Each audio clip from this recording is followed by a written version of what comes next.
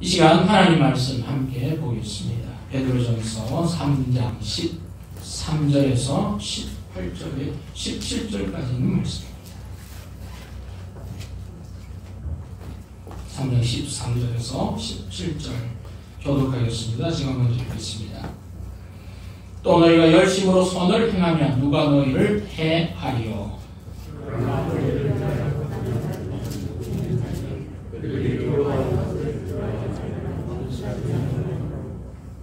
너희 마음에 그리스도를 주로 삼아 거룩하게 하고 너희 속에 있는 소망에 관한 이유를 묻는 자에게는 대답할 것을 항상 준비하되 온유와 두려움으로 하고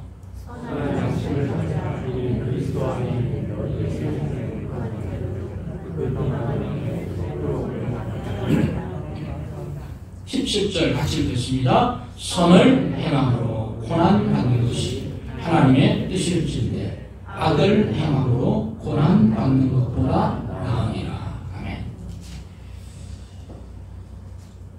여러분, 학창시절에 학교에서 다양한 상들이 있었습니다. 성적이 우수한 분들은 우수상을 받았습니다. 생활에 모범이 되는 학생들은 모범상을 받았습니다. 부모님을 잘 공경하는 사람이라고 해서 효행상을 주었고 글짓기를 잘하면 글짓기 상도 있었습니다. 여러분들은 어떤 상을 받으셨습니까?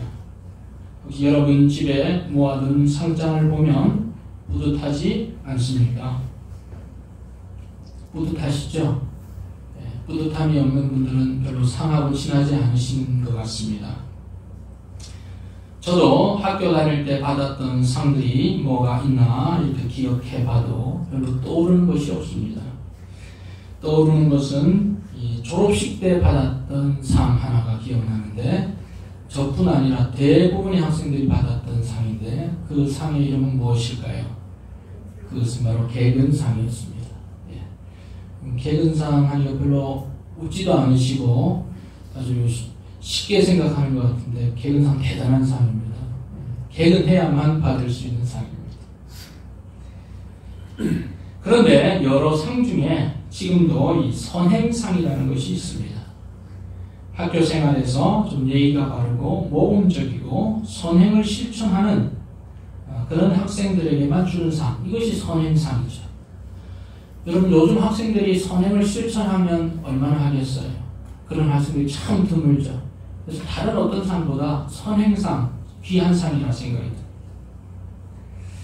하나님께서 오늘 이 자리에 오셔서 선행상을 주신다면 이 자리에 어떤 분에게 주실지 궁금합니다. 우리는 박수만 치는 그런 사람이 아니라 우리도 그런 하나님으로부터 무언가 상을 받는 그런 사람이 되면 좋겠다, 이런 생각을 해봅니다. 베드로전서 3장 13절에서 17절에 이 5구절 가운데 이 선을 행하라, 이런 선행한다, 이런 말이 4번 등장하고 있습니다. 3장 13절을 보면 선을 행하면 이렇게 말하고 있습니다. 그리고 16절에 보면 선한, 또 선행을, 또 17절에 보면 선을 행함으로, 이런 선에 대한 이야기들, 선행을 실천하라는 얘기가 3번, 4번 등장하고 있습니다. 그러면 베드로 사도가 말씀하는 이 선, 그리고 선행은 과연 무엇을 의미할까요? 우리는 베드로 사도가 의미하는 이 선과 선행하는 삶에 대해서 분명히 오늘 본문을 통해서 알아야 할 것입니다. 오늘 본문을 통해서 선을 행하는 삶이라는 제목으로 함께 말씀을 살펴보기를 원합니다. 먼저 13절에 있는 말씀을 같이 읽겠습니다. 13절입니다. 시작. 또 너희가 열심으로 선을 행하면 누가 너희를 해하리요. 그렇게 말씀합니다. 선을 행하면 누가 너희를 해하겠느냐. 여기서 해라고 하는 것은 누가 너희에게 피해를 주겠느냐, 또는 안 좋은 일을 가하겠느냐, 이런 어떤 말씀을 지금 베드로 사도가 하고 있습니다.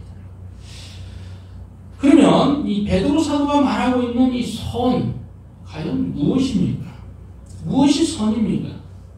베드로 사도가 지금 본문에서 계속 선하며 선한 양심을 가지고 선한 행위를 하고 선을 실천하라고 하는 이 선이 우리가 알고 있는 선하고 동일한 개념인지 아니면 좀 다른 건지 우리 성경적인 선이 무엇인가를 좀 알아볼 필요가 있습니다.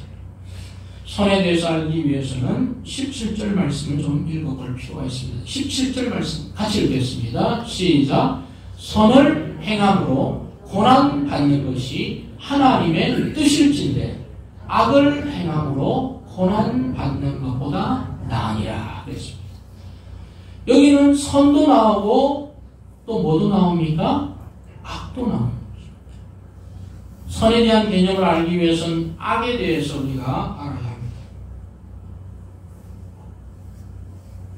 여러분, 선한 게 아니면 악한 것일 수 있습니다. 악하지 않은 것은 또한 반대로 말하면 뭡니까? 선하다 말할 수 있습니다.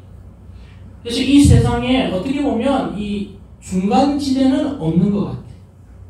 선하지 않은 것은 선하지 않을 뿐 아니라 어떻게 보면 소극적으로는 악한 것입니다. 선과 악이라고 하는 이 17절에 있는 이 말씀에서 무엇이 선이고 무엇이 악인가? 먼저 악이란 무엇인가를 보겠습니다. 여러분, 하나님은 선하신 분이라는 사실 여러분 믿으십니까? 믿으십니까? 하나님 선하신 분이십니다. 하나님의 존재가 선하신 분이에요. 그러면 무엇이 악입니까? 하나님이 선하시다는 것을 부정하는 것이 뭐예요? 그게 악입니다. 하나님이 선하신다는 것을 인정하지 않는 게 악한 거예요.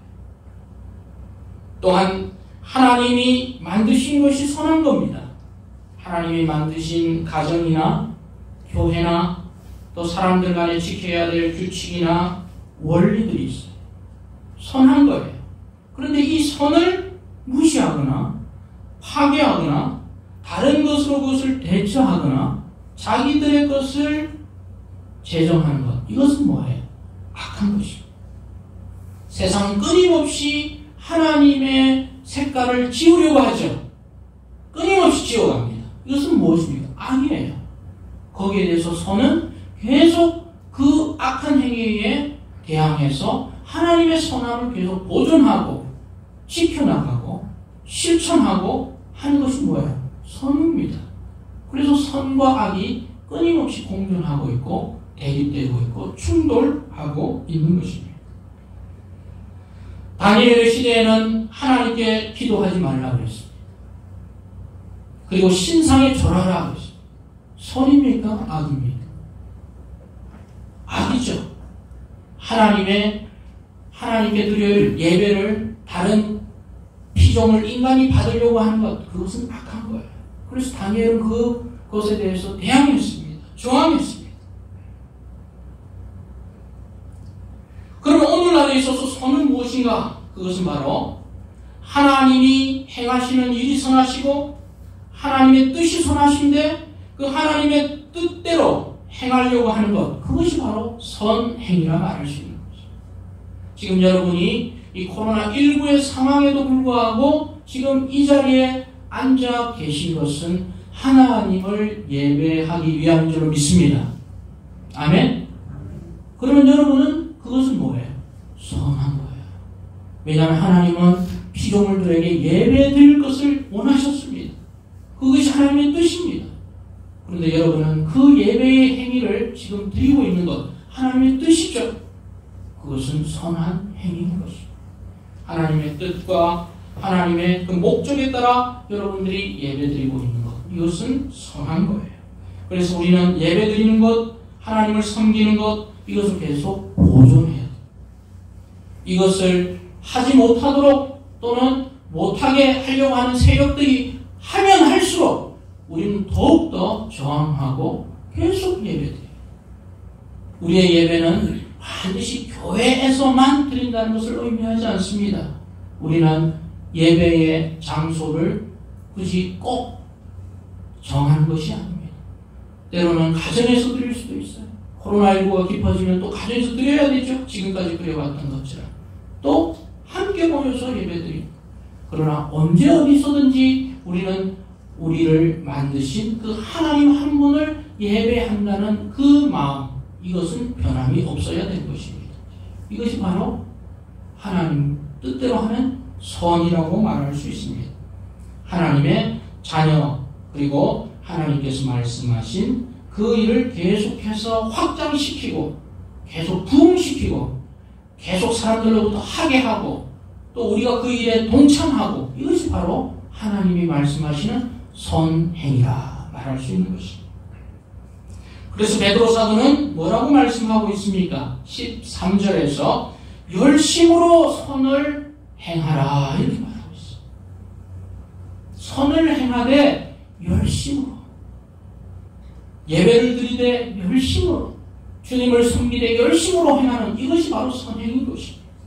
그렇게 선행하면 누가 너희를 해하겠느냐 이렇게 말합니다. 누가 너에게 피해를 입히겠느냐 이렇게 말하고 있는 것입니다. 여기서 해라는 말은 누가 너에게 어려움을 주겠느냐, 누가 너에게 고난을 주겠느냐, 누가 너에게 고통을 주겠느냐, 이런 표현이죠. 그러면 우리는 한번 생각해 봐야 합니다. 우리가 열심으로 주님을 섬기고 주님의 뜻을 따라서 살면 아무도 우리를 해하지 않는가? 이 말은 참말인가? 정말 그러한가? 정말 어떻게 생각하십니까? 여러분이 열심히 하나님의 뜻을 준행합니다. 그렇게 살려고 애를 씁니다.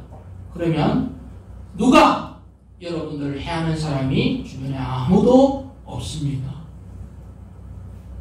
모든 것이 그냥 대로처럼 장애물이 없이 진행됩니까? 전혀 그렇지 않습니다. 열심으로 선을 행하고 사는 많은 사람들이 이미 해를 받아왔습니다. 그리고 지금도 해를 받고 있습니다. 베드로 사도 자신도 이 말씀을 쓰면서 자신도 복음을 전하다가 간원들과 지도자들에 의해서 2번이나 투옥됐습니다. 해를 받았어요. 그리고 베드로는 또한 순교했습니다. 해를 받았습니다. 그러면 이 말씀은 고쳐져야 되겠습니다. 너희가 열심히 선을 행할지라도 사람들은 여러분들을 해할 것이다. 이 말씀입니다.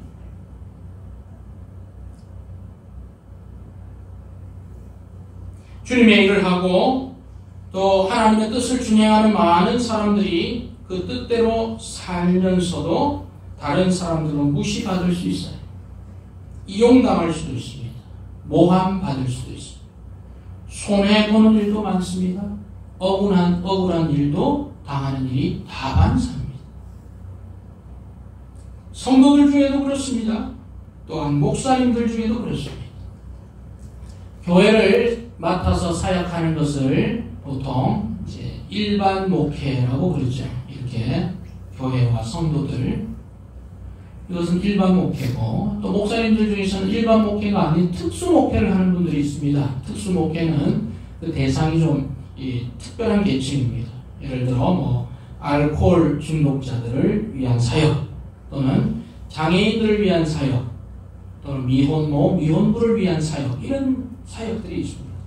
그 일을 하는 분들은 좀 특별한 사역을 하는데, 그래서 특별한 일들이 훨씬 많이 생기죠.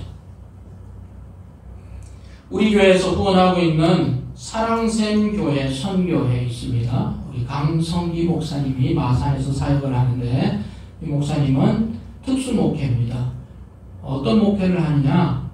알코올 중독자들을 재활하는 그 일을 하고 있어요. 몇 년 하고 있을까요? 35년 하고 있습니다.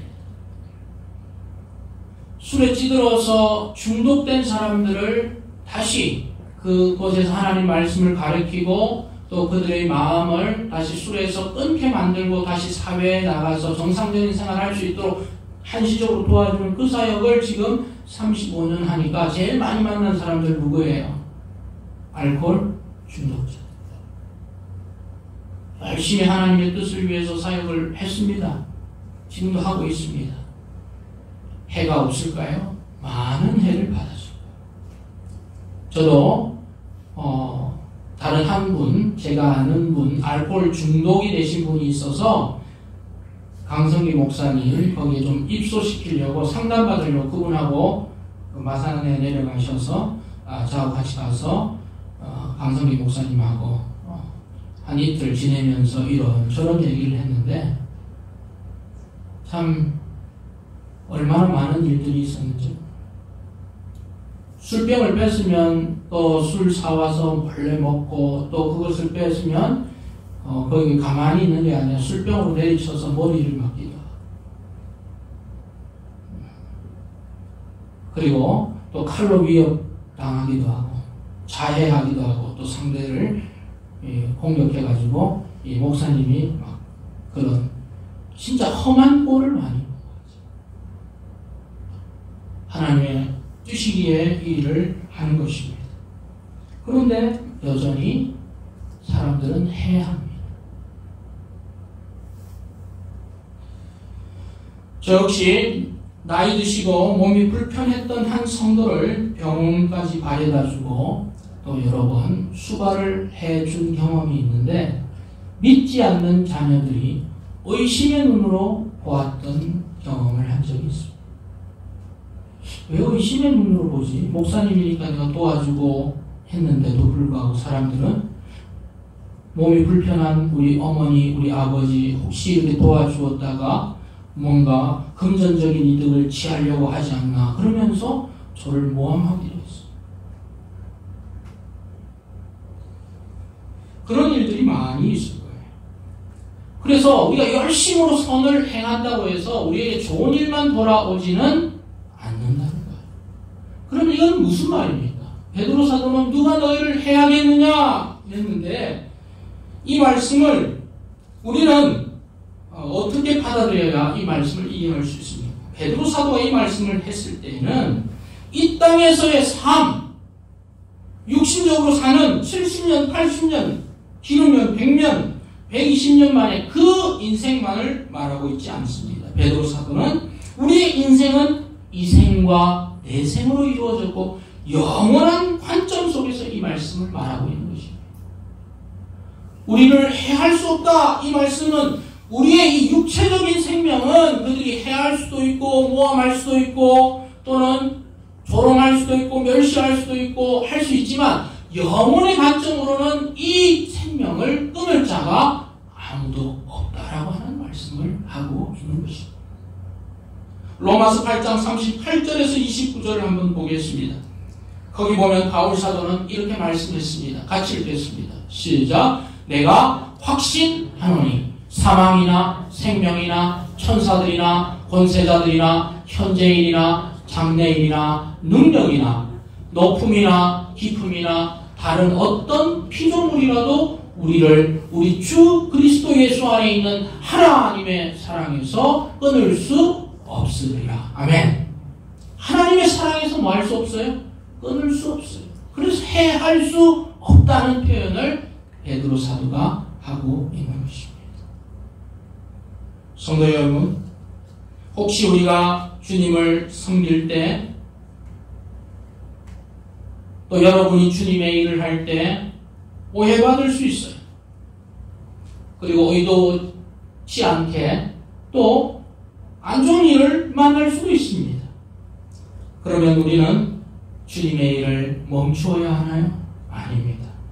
계속 해야 하는 것입니다. 베드로 사도가 한 그 말씀대로 우리의 영원한 생명을 끊을 수 있는 세력은 어떤 사람, 어떤 세력도 없기에 우리는 선을 행하되 낙심하지 말고 어떤 어려움이 있더라도 계속 그 일을 감당할 것을 베드로 사도는 말하고 있는 것입니다. 주님의 일을 하고 하나님의 뜻하신 일을 행하는 데 있어서 낙심될 때가 있을 겁니다. 그때 갈라디아서 6장 9절 10절 말씀은 이렇게 말하고 있습니다. 자기의 육체를 위하여 심는 자는 육체로부터 썩어질 것을 거두고 성령을 위하여 심는 자는 성령으로부터 영생을 거두리라. 우리가 선을 행하되 낙심하지 말지니 포기하지 아니하면 때가 이름에 거두리라.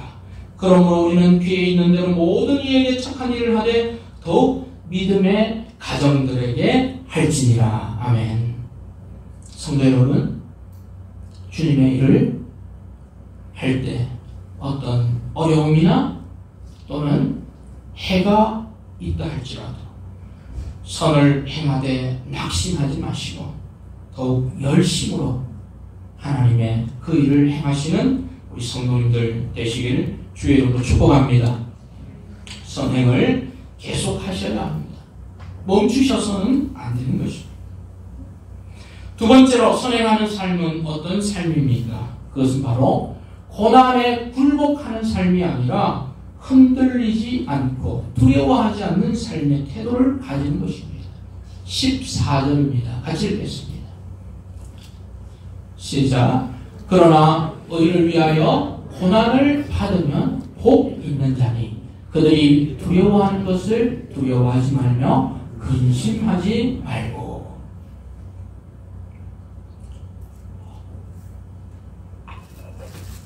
여기 보면 고난을 받으면 복이 있다 이렇게 말씀하는데 여러분 고난을 받으면 복이 있습니까? 고난 받기를 좋아하는 사람이 우리 중에 누가 있겠어요? 아무도 없죠. 단순히 오는 그 고난을 받으면 복이 있을 수가 없어요. 그런데 앞에 단서가 있습니다. 무엇을 위하여 고난을 받습니까? 의를 위하여. 다시 말하면 하나님을 위하여. 하나님의 뜻을 위하여. 하나님 맡긴 일을 위하여 고난받는 그게 바로 우리가 받는 고난을 받으면 복이 있는 거예요.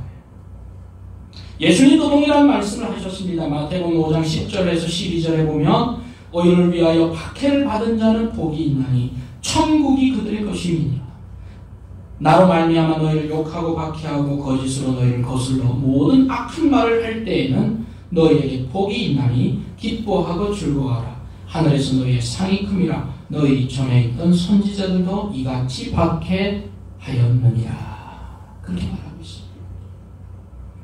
성도 여러분, 여러분들이 어떤 선행을 하며 하나님을 위하여 고난을 받을 때 여러분 얼마나 마음이 슬프고 또 복잡하겠습니까? 좋지 않을 것입니다. 그러나 오늘 말씀에 따르면 주님을 위하여 의를 위하여 고난 받을 때가 있을 때 여러분 그것을 복으로 여길 수 있는 여러분들 되길 바랍니다. 그게 복인가? 아무나 받을 수 있는 복이 아니죠.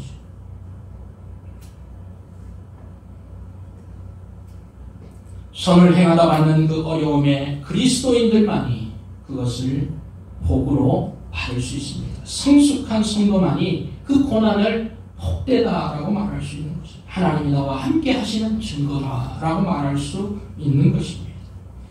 고난을 오히려 복으로 받아들일 때 베드로 사도의 권면은 무엇입니까? 바로 두려워하지 말라 그렇게 말하고 있습니다. 14절입니다. 두려워하지 말라. 그들이 두려워하는 것을 두려워하지 말며 그랬습니다. 여기서 그들은 누구입니까? 선을 행하는 이들의 그 반대편에 서 있는 사람들, 악행하는 사람들, 또 선을 행하는 이들을 핍박하는 사람들, 그들입니다. 어떻게 보면 하나님을 대적하는 사람들, 또는 하나님을 부정하는 사람들이 두려워하는 그것을 너희들은 두려워하지 말라 그랬어요. 세상 사람들이 두려워하는 것이 무엇입니까? 그들은 잃어버리는 것을 두려워하고 육체적인 죽음이 모든 삶의 종말이라고 생각하고 그것을 가장 두려워하는데 우리 성도들은 그것을 뛰어넘는 영원한 생명이 있다는 것을 알기 때문에 두려워할 이유가 없는 것입니다. 두려워하지도 말고 근심하지도 말라 그랬어요. 한글 개역 성경에서는 이 근심하지 말라는 표현을 소동치 말라 그랬습니다. 어떤 일이 벌어졌다고 해서 어떤 고난이 왔다고 해서 또는 다른 사람이 여러분들을 향해서 제대로 된 어떤 방식으로 대하지 않는다고 해서 소동하거나 불안하거나 근심할 필요도 없다.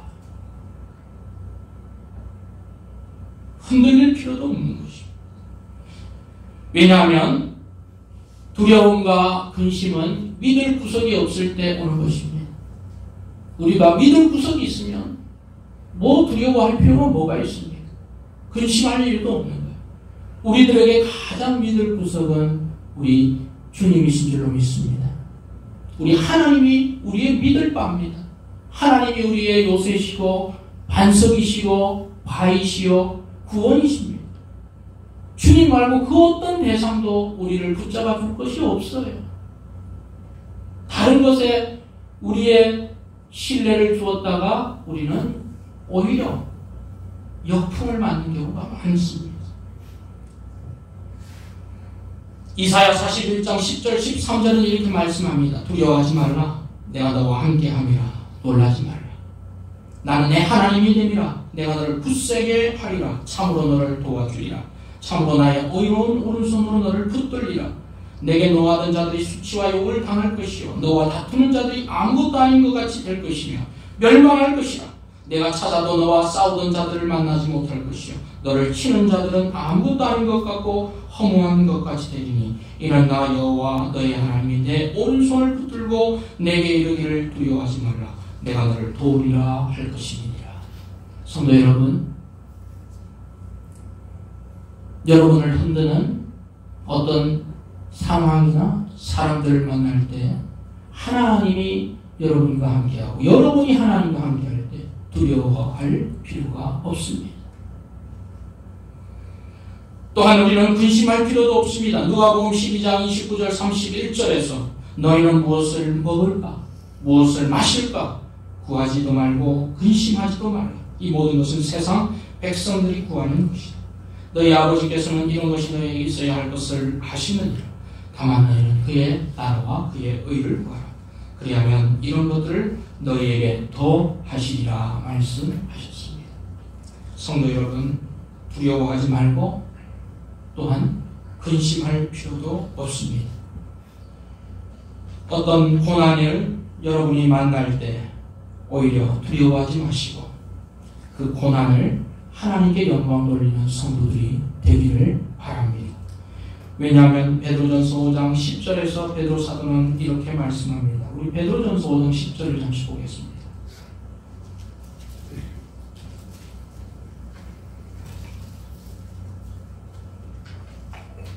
(5장 10절) 같이 읽겠습니다. 시작.